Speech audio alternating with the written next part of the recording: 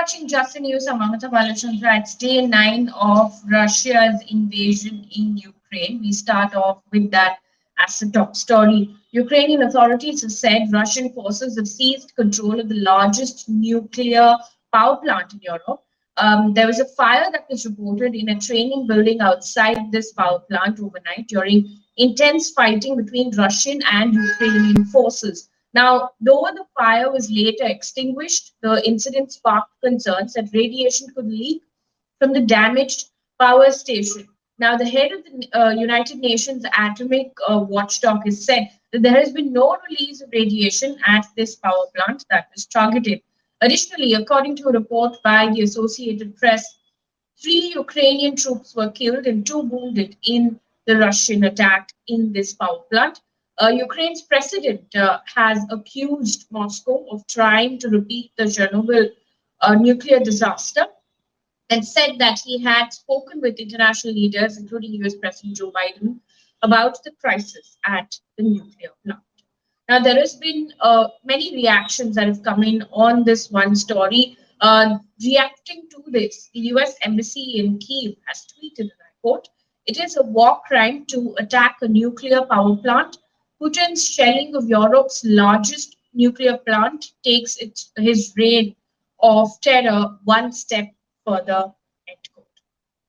Now, UK Prime Minister Boris Johnson has said, and I quote, "The reckless action of President Putin could now directly threaten the safety of all of Europe." End quote. Canada's Prime Minister has also reacted, saying that these were horrific attacks from Russia and must cease immediately. The head of NATO has also said that the attack demonstrates the recklessness of this war and the importance of ending it. Now, it's not just what's happened in this part of Ukraine, but also in other parts of Ukraine. Several other cities have now been attacked, and some of the cities that are worst affected include Kharkiv, Kyiv, and Sumy. Over 600 Indian students are still stuck in a university in Sumy, which is a city in northeastern Ukraine. Now, in a video that was released about 2 days ago, the students said that they are terrified of the continuous firing and bombing by Russian forces.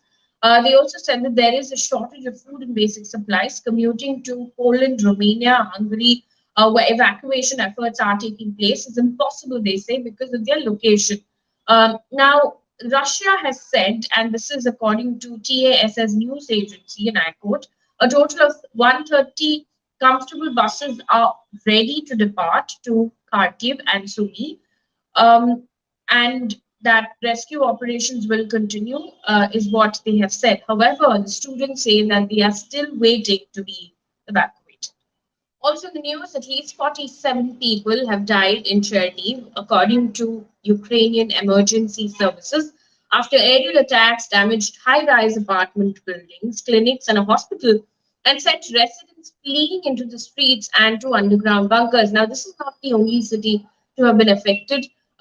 Ukraine's second largest city, Kharkiv, has also been extremely badly affected because of Russia's shelling. Meanwhile, an update on the number of people who have passed away. The UN Human Rights Office has said today that 331 civilians have been killed and 675 injured in Ukraine since Russia's invasion began on the 24th of February. It said that the real toll was likely much higher than this number. Meanwhile, the second round of talks between Russia and Ukraine took place just yesterday. Now, Russia and Ukraine have agreed to create humanitarian corridors for civilians fleeing Ukraine. Ukraine's president has urged his Russian counterpart, Putin, to sit down for direct talks. Now, the first round of talks, which took place a couple of days ago, was inconclusive. The Kremlin today has said that what happens next in the negotiations over Ukraine would depend on Kyiv's reaction to this week's talks between the two sides. Meanwhile, there's a warning that's come in from Russian president, who has said that neighboring countries must not escalate tensions over the Ukrainian crisis. Now, in a televised remark, he said, and I quote, there are no bad intentions towards our neighbors, and I would also advise them not to escalate the situation, not to introduce any restrictions. We fulfill all our obligations. We will continue to fulfill them. End quote. Meanwhile, Russia's parliament today passed a law wherein a jail term of up to 15 years can be imposed for spreading intentional fake news about the military. Now, this comes as Russian officials have repeatedly claimed that false information is being spread by Russia's enemies, such as the West. Also, now taking a look at Operation Ganga and where India stands. As of today, India has abstained in a vote in the UN Human Rights Council that sought to urgently establish an independent international commission of inquiry on Russia's aggression against Ukraine. The resolution was adopted with 32 votes in favor, 2 against, and 13 abstentions, including India. The US government, in the meantime, has called on India to distance itself from Russia. Now, this comes as India has not publicly criticized the Russian invasion on Ukraine. The Assistant US Secretary of State for South Asian Affairs said, and I quote, "What I can say is that India is a really important security partner of ours now, and that we value that partnership. Moving forward, I hope that part of what happens with the extreme criticism that Russia has faced is that India will find it is now time to further distance itself from Russia." End quote. Meanwhile, Prime Minister Modi today chaired a high-level meeting, and this was an 8th meeting on the Russia-Ukraine crisis. The meeting comes amid reports of Indian student being shot at Kyiv and hospitalized. And this is confirmed by Union Minister General V.K. Singh, who spoke to ANI today. Said that he had received reports that a student who has been shot has been hospitalized. According to NDTV, he was shot multiple times while trying to escape from Ukraine capital. In a cab last week, it suffered a fractured leg.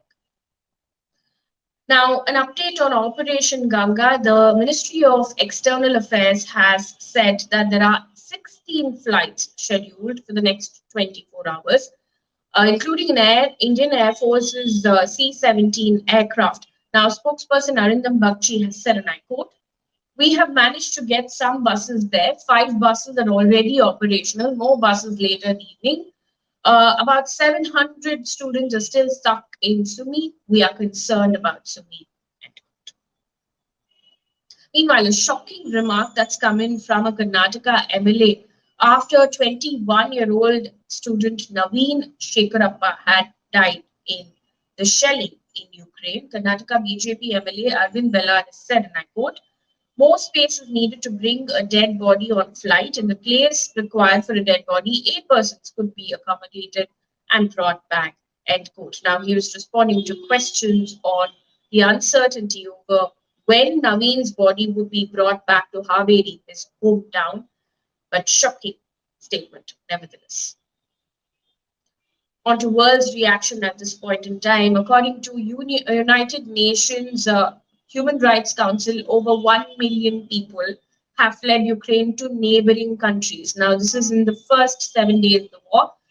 This is also a little over 2% of the entire country's population. Also, NATO's Secretary General has said that Russia is dropping cluster bombs on Ukraine.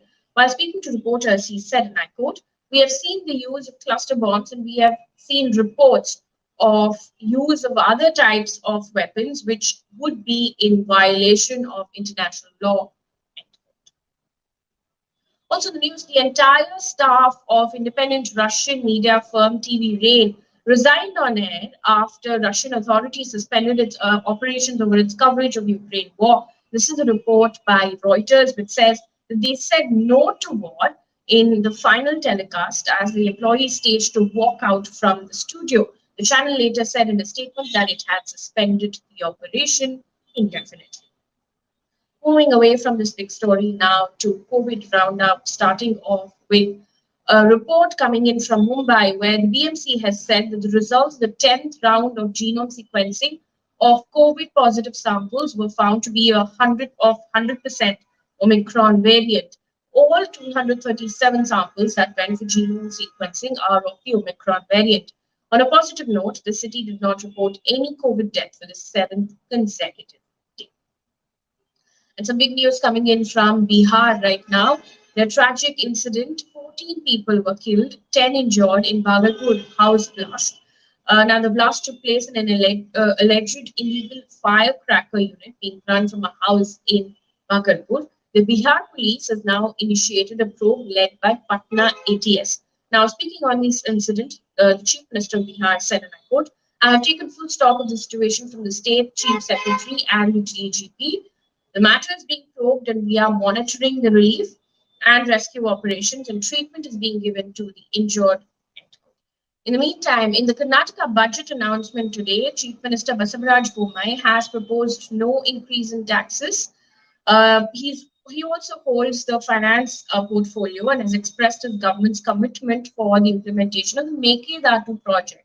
Now, there was a significant allocation there for that project. About 1,000 crore rupees has been allocated for this project, which Tamil Nadu opposes, and there's been a massive controversy there. Karnataka, if you remember, is set to go to polls next year. On to international news right now. News coming in from Pakistan.